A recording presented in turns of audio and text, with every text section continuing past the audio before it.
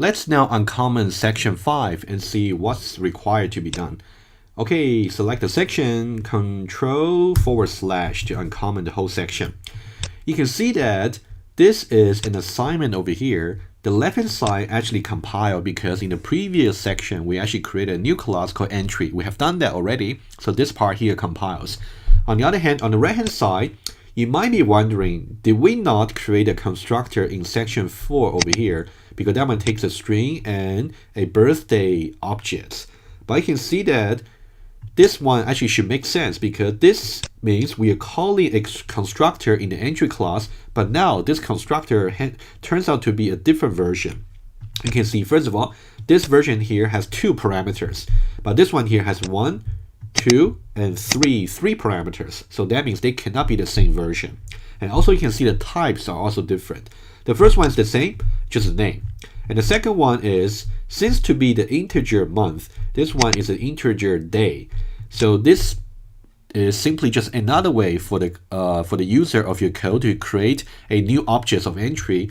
They can either try to create the BD01 themselves and then pass BD01 as the argument, or they can pass the integer month and day and then ask you to internally create a birthday object. Okay, so you should really try to get used to these 2 flavors of constructor. Okay, so now what we're going to do is we're going to create this new version of entry, and you can see the rest seem to be just working naturally because we have already defined the get name, get birthday, and also 2 string methods in the entry class. So everything should just work. We just have to make sure when we in the new version of constructor there, we have to somehow store this b over here, the string, the first argument, into the string attributes name. And also these 2, remember we only had a attributes in birthday over here, and that one is simply entry, beg your pardon. If you go to the entry class over here, you can see that one is of type birthday. We don't really have integer month and integer day.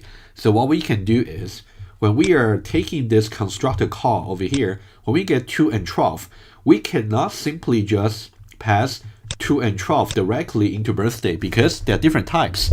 What we can do is, we can say based from 2 and 12, we can create a birthday object out of it and assign that new object into this attributes. That's what we can do.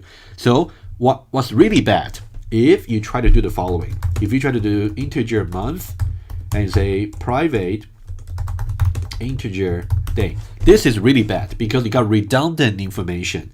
You got birthday and also their month and the day. So that's really bad.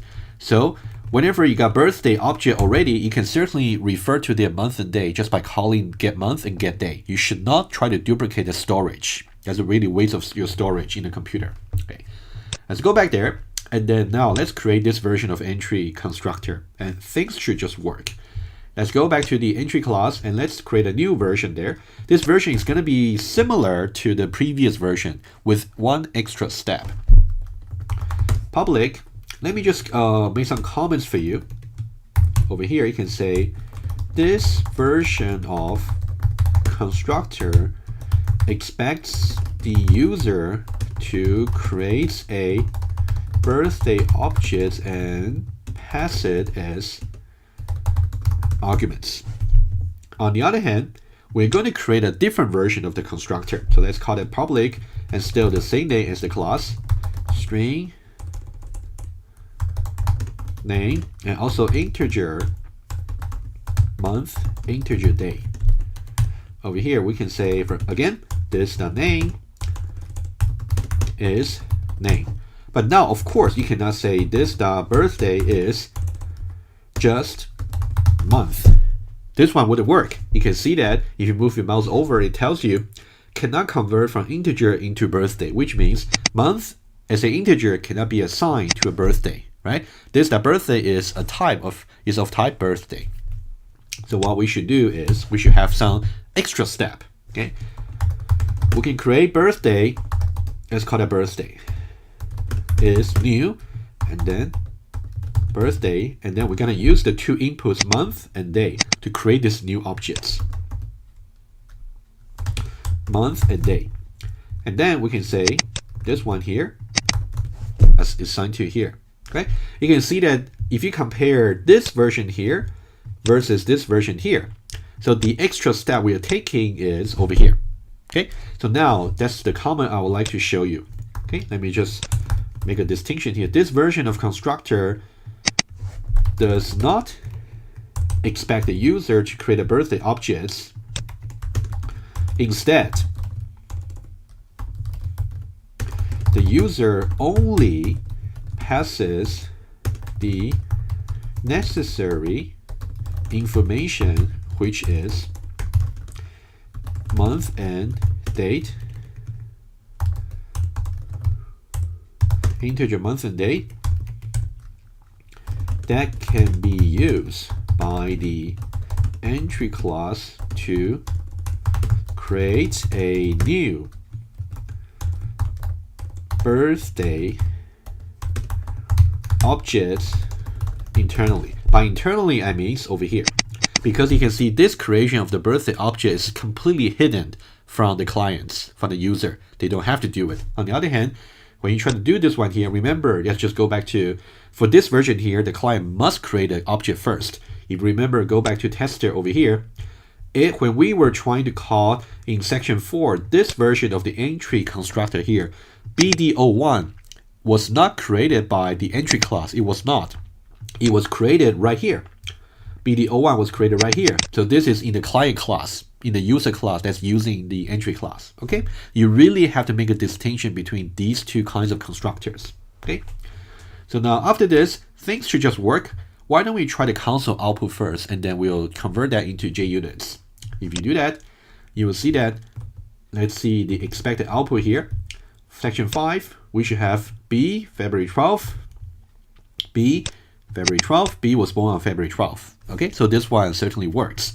So let's now convert this code over here. We want to automate such tests in JUnits rather than just comparing console outputs with our eyes, which is, again, this is really the beauty about JUnit tests. Let's go back to the test over here. So now we got test 05. Public void test 05. Okay, let's now do it. So let me just just paste what I got, and things will just work, because now in this case, we don't have to create any objects in order to call this constructor here. We simply just pass the 2 and 12. Okay, but now we have to convert from system and out of print line, the print statements to the console into assertions in JUnits. Okay, so now we'll say assert equals, let me just copy this one so I can use it for later. So I can say e2.getName should be B. Okay, again, and then over here we can say assert equals. So what about e2.getBirthday? e2.getBirthday was an object that's created out of 2 and 12, right? So now we can say that should be February 12th. Okay, make sure you spell that correctly. And also, you want to separate the two things by comma. Okay. The last one over here, also assert equals. We want to make sure the toString method for the entry still works. So we'll say B was born on February 12th, and separate them by comma. Okay, let's run this test over here. And we do have a green bar, and so far we have accumulated 6 unit tests.